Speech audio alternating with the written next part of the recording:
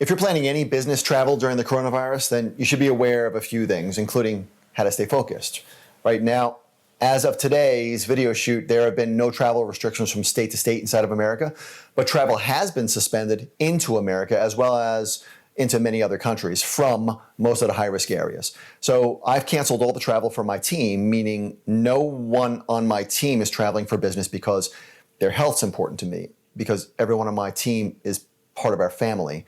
But with that said, I take better care of my family than I do myself. So as of today, most of my travel has been canceled, but not all of it yet. And I want to share with you a few things that I'm keeping in mind and that maybe you should too if you're thinking about traveling while the coronavirus is still new and unpredictable. But like I've said in an earlier video, I am not a COVID-D expert. I'm definitely not an infectious disease professional. So I kind of want to stay in my lane, as they say, and avoid answering any specific questions about coronavirus because I think that would be wrong and unethical, right? So I just want to stay the course with what I know. So here's things that we're brainstorming on in my company to make the final decision on some of my travels. First, as of now, this virus seems to be similar to the flu, and I've never really postponed any travel during flu season. But since there's still so much we don't know about this, as we sit back and watch travel bans get stricter and stricter, it seems a little bit more prudent to think about this a little bit more seriously than just getting the flu. So if I travel right now, keeping away from crowded areas is our focus. So private flights are better than commercial. First class is better than coach. Waiting in an airline lounge is better than waiting near the gate. And arriving at the airport as close as possible to my boarding time is better than getting there early like I usually tend to do. But also driving myself to the airport is better than using a car service. And although I don't personally see myself wearing a mask or doing anything like that, I do believe heavily in staying healthy and boosting my immune system as much as possible before any traveling for speaking gigs or meetings or anything else.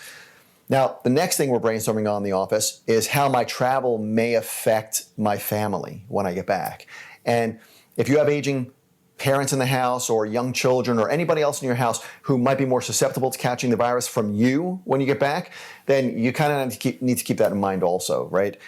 I have a really close friend who has a travel commitment this month, but he also has elderly parents who live with him and a daughter who's pregnant who lives right next door to him. And my guess is kind of that even if he didn't get sick during his travels, but one of his family members caught the coronavirus after he got back, my guess is that for the rest of his life, his family would always wonder if he was the reason they got sick. So we're also considering the possibility of me getting somebody sick after I get back as well, because my days are booked back to back and I'm around my team and my family almost all day.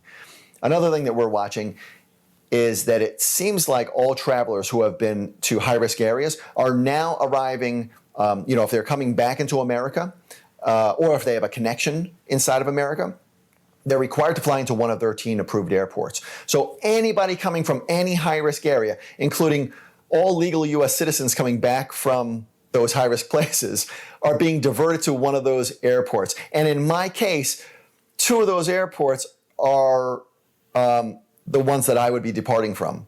And another one on that list would be the one that I'd be landing in if I do decide not to cancel this last trip of mine. So whether I personally feel that I'm at risk of getting sick or not, as a company, we're taking this really seriously. Now, what's your view on business travel during the coronavirus? And if you're traveling, are you doing anything special to keep yourself healthy? Tell me in the comments below. And stay healthy, whether you stay home or not.